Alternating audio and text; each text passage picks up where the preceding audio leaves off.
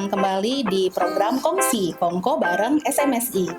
Di episode kali ini kita kedatangan tamu yang akan kita ajak ngobrol tentang salah satu kegiatan yang disukai oleh anak-anak. Kegiatannya namanya mendongeng. Nah, apa sih kegiatan dan komunitasnya? Nah, kita langsung sapa ya narasumber kita pada kesempatan kali ini. Namanya Kak Fatimah Zahra. Iya, halo Kak. Halo Kak Fatimah, apa kabar? Baik, Kakak gimana kabarnya? Alhamdulillah kabar baik. Terima kasih ya sudah menyempatkan hadir di kantor sekretariat SMSI Bandar Lampung. Gimana hujan nggak tadi di perjalanan? Tadi awal kesini memang berangkatnya hujan, mendung, Masya Allah lancar. Alhamdulillah, akhirnya walaupun hujan masih bisa kumpul ya sama kita di sekretariat SMSI Kota Bandar Lampung. Kak Fatimah, beberapa kali kita dengar nih soal kegiatan Kampung Dongeng. Kak Fatimah bisa jelasin nggak sih Kampung Dongeng ini sudah sejak kapan berjalan? Lalu kegiatannya seperti apa? Terima kasih. Jadi di Kampung Dongeng kita sudah dari tahun 1998. Wow, lama juga ya. Terus berhubung saya sendiri gitu baru bergabung di 2 tahun terakhir ini di 2022. Nah, jadi banyak kegiatan yang saya ikuti tuh Kak. Contohnya di Kampung Dongeng itu sendiri ada namanya Pekan Ceria. Jadi setiap seminggu sekali itu pasti kita selalu ada Pekan Ceria. Dan untuk tempat-tempatnya itu beda-beda. Oh, tadi sebelum lebih jauh menjelaskan soal kegiatannya tadi kan dari tahun 1998 kalau nggak salah. 1998. Iya.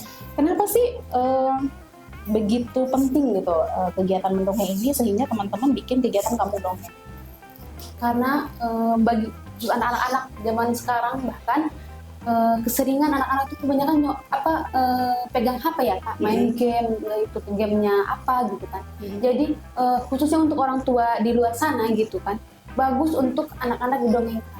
Bahkan salah satu mendongeng ini akan mencerdaskan stimulus ataupun kognitif anak-anak, dan dari dia minat membaca dan kedekatan antara anak dan orang tua itu akan dekat.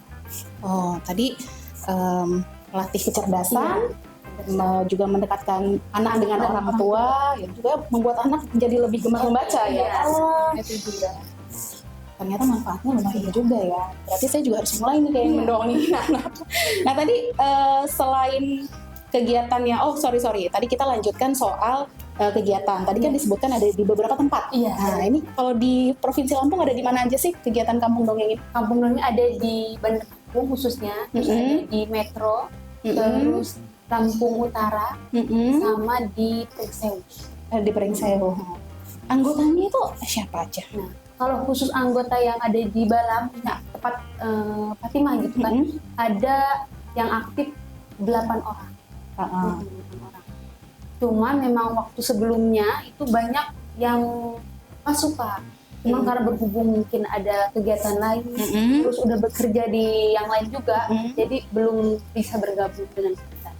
Oh, jadi ada 8 anggota komunitas ini aktivitasnya melakukan kegiatan mendongeng di beberapa tempat, atau kita punya rumah khusus untuk aktivitas mendongeng? Nah, biasanya kita ambil biasanya PPA. Jadi kita yang datang langsung, menjemput bola ke TPA, lalu kemana lagi? Terus ke taman kanak-kanak, gitu kan. Pokoknya kalau misalkan terkadang ada yang mengundang dari luar ke kita ya. Oh, jadi kadang juga ada yang mengundang langsung. Nah, kalau misalnya nih mendongeng ini kan sebenarnya kalau tadi dilihat dari segi manfaat, sasaran utama ini sebenarnya orang tua ya. Iya, betul. Jadi orang tua juga bisa diedukasi untuk melakukan kegiatan mendongeng. Iya, betul. Ini untuk melakukan pendekatan ke orang tua, memberikan edukasi tentang mendongeng, biasanya seperti apa kegiatan? Nah, kegiatannya biasanya kita siapkan buku yang menarik gitu. Kadang ada buku cerita dan di situ nggak ada warnanya, gambar-gambarnya. Nah, yang menarik buat untuk anak membaca itu banyak gambarnya, banyak warna-warni. Jadi si anak itu ikut mau kalau misalkan ayo kita baca, ayo kita bercerita nih, hari ini mama mau bercerita loh. Nah biasa anaknya enggak mau lah, coba deh lihat. Ini gambarnya, wah ini ada apa? Contoh ini ada dunia laut nak. Coba lihat ini ada ikan pari, ikan hiu ini. Wah, nah pasti anak dalam hari itu juga langsung, wah mana ya bunda? Nah di situ juga orang tua harus tahu triknya bagaimana membacanya gitu. Kayak ngedongengin, jangan ini pada suatu hari ini. Nah, biasanya kan kitanya Ya. males loh kayak gitu kan. Kak Fatimah, tadi kan kalau saya dengarkan manfaat mendongeng itu sebenarnya juga harus diedukasi ke orang tua. Iya. Nah ini ada tips nggak buat orang tua gimana caranya biar bunda-bunda nih yang kebetulan nonton podcastnya Kongsi punya cara agar bisa mendongeng ke anak lebih baik, lalu anak juga lebih tertarik. Iya, baik. Ayah bunda di rumah sekalian, jadi ada trik untuk cara mendongeng ke anak-anak. Terlebih dahulu ya, bunda-bunda di rumah ataupun ayah mengajak anak-anak jangan langsung, ayo sini baca, ayo baca. Nah, pasti anak-anak rata-rata tidak mau ya kak, tidak mau. Nah, dengan caranya kita harus mempunyai buku cerita yang menarik. Jangan yang monoton, nggak ada gambar-gambarnya. Nah, lebih banyak gambar-gambarnya dan materinya cuma 2 baris atau 3 baris biasanya kan gitu. Nah, triknya ajak anak-anak, ayo nak, ayo Kiano apa siapa namanya dipanggil, ayo kita ibu dongengin, bunda dongengin, ayah dongengin, didongengin. Nah, kita lihat di sini ternyata ada ya hewan laut banyak sekali. Nah, biasanya anak-anak langsung terinteraksi loh. Wah, mana ya? Wah, Masya Allah, iya ya, bener ya. Ini hewan apa? Biasanya langsung nanya, ini hewan apa? Gitu. Jadi dengan intonasi suara yang mengajak Iya, anak, mengajak anak. lalu dengan buku yang gambarnya tadi variatif, tulisannya dikit aja gitu. Iya. Kayaknya udah banyak juga Iya, ya dijual di toko-toko buku. Tadi contoh anaknya namanya Kiano. Nah, Iya. kebetulan salah satu tim kita juga ada tuh namanya anaknya Kiano. Kiano nanti belajar dongeng ya sama papa mamanya. Nah, ini Kak, kalau misalnya kita tertarik nih, saya sebagai orang tua kayaknya pengen nih belajar untuk mendongeng. Gimana sih caranya biar kita bisa dapat edukasi langsung dari teman-teman kampung dongeng? Iya, boleh bergabung langsung dengan kami, mau belajar dan agenda-agendanya insya Allah kami setiap minggunya selalu ada. Jadi boleh langsung ikutan bergabung. Oh, jadi nanti kita di info kegiatan ini di mana, nanti kita bisa gabung. Langsung. Ini Kak, satu lagi nih tentang selama proses mendongeng yang dilakukan oleh teman-teman di kampung dongeng, ada nggak sih kendala-kendala yang biasa teman-teman temukan gitu saat melakukan proses mendongeng ke anak-anak? Iya. Karena nggak semua anak-anak Langsung. anak kan banyak yang tantrum gitu. Gimana tuh cara ngatasinnya? Atau kendalanya seperti apa? Iya. Ya, pribadi gitu ya. Banyak kalau misalkan kita ke anak-anak gitu, ada yang juga memang dia nggak fokus ke kitanya. Tapi terkadang kalau misalkan kita bercerita gitu, pasti anak itu meskipun dia lari-lari, bahkan dia nggak ngedengerin kita, nggak natap kita, itu pasti mereka tuh mendengar. Jadi nanti ketika di akhir kesimpulan pasti ada anak-anak, oh tadi ngapain aja ya ceritanya Kiana itu. Nah, oh ini guru, padahal kan dia nggak ngedengerin dari awal. Nah terus kendalanya yang ditemui gitu kan, biasanya dari kitanya kan. Iya, dari kitanya. Iya, dari kitanya. Dari kitanya itu kadang tentang materi. Kadang kalau udah disiapin nih ya, terus aduh apa nih tadi, lupaan. Tapi ya karena memang udah ketemu anak-anak, jadi langsung ya itu cerita ya jalan aja. Improvisasi. Iya.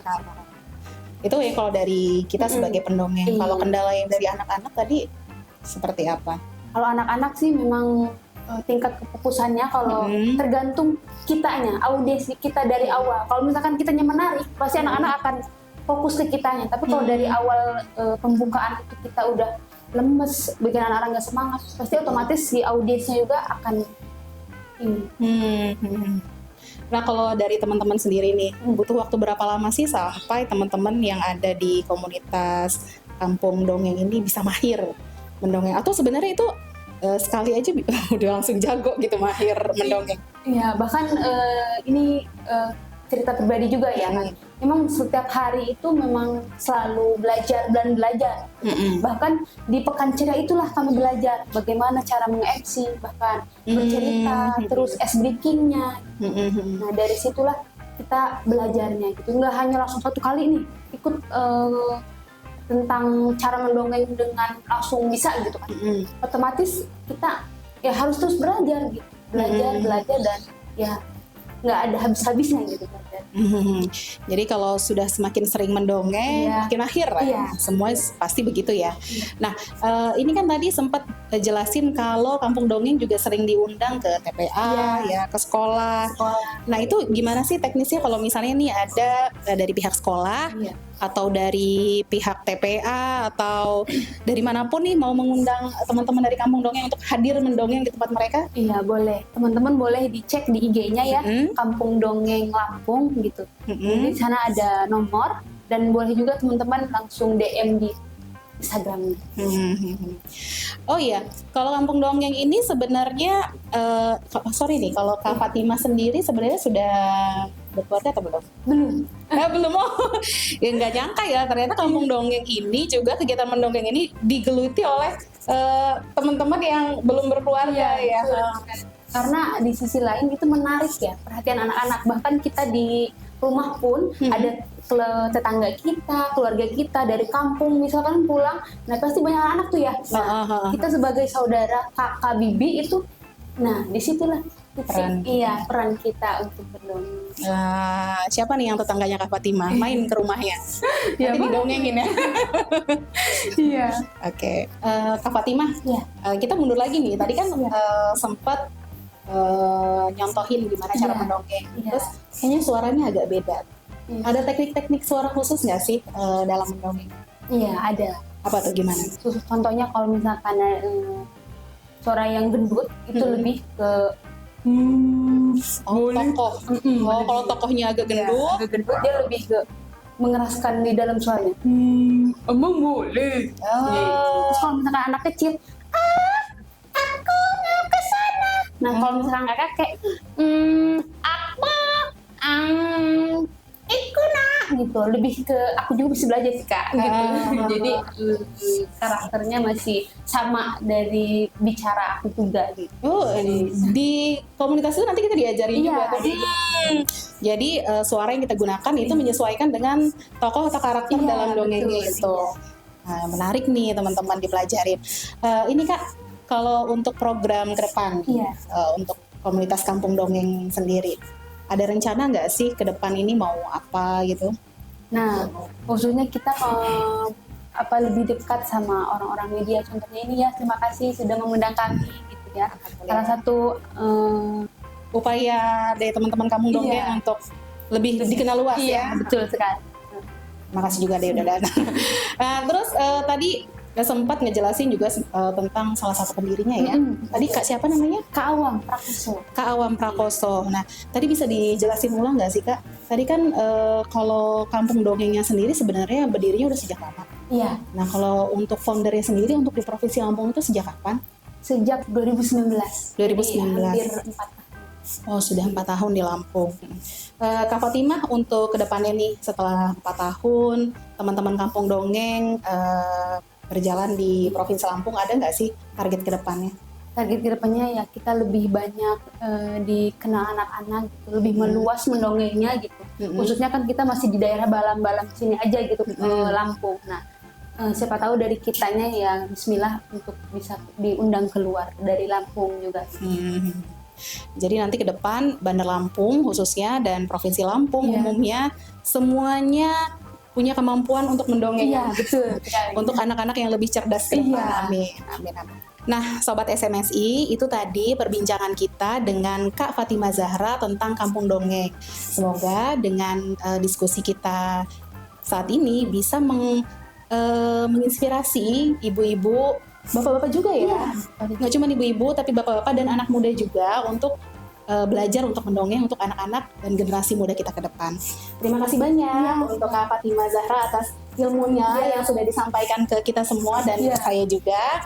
Sampai bertemu di episode kongsi berikutnya dan sampai jumpa.